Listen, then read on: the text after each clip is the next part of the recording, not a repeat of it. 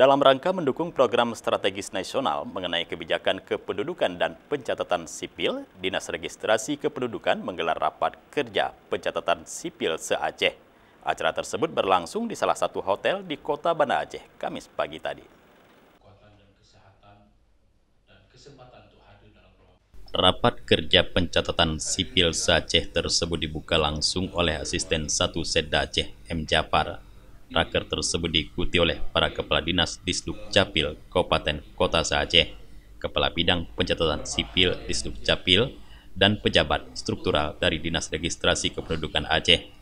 Asisten 1 Setda Aceh, M. Jafar mengatakan, dari raker ini dapat mengevaluasi kegiatan pelayanan pencatatan sipil di Aceh tahun 2019, sehingga dengan demikian diharapkan dapat ditemukan solusi dari permasalahan yang ditimbulkan di Kabupaten Kota se-Aceh, terutama kebijakan-kebijakan yang diatur dalam Undang-Undang Nomor 24 Tahun 2013 tentang perubahan Undang-Undang Nomor 23 Tahun 2006 tentang administrasi kependudukan serta dalam meningkatkan pelayanan kepada masyarakat.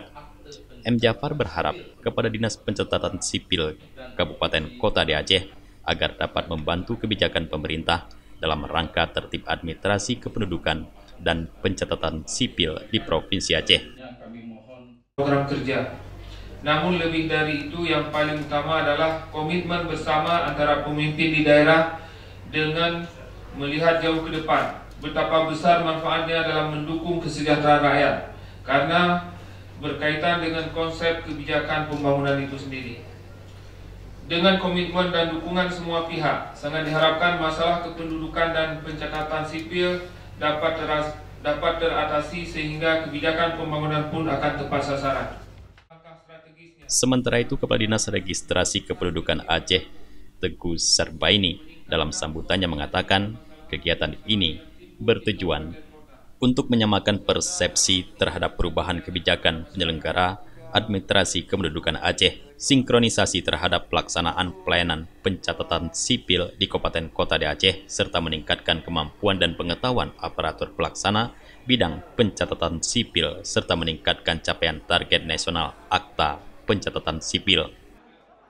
Dukcapil harus berkinerja baik untuk memastikan semua masyarakat, semua warga negara mendapatkan dokumen kependudukan tanpa kecuali.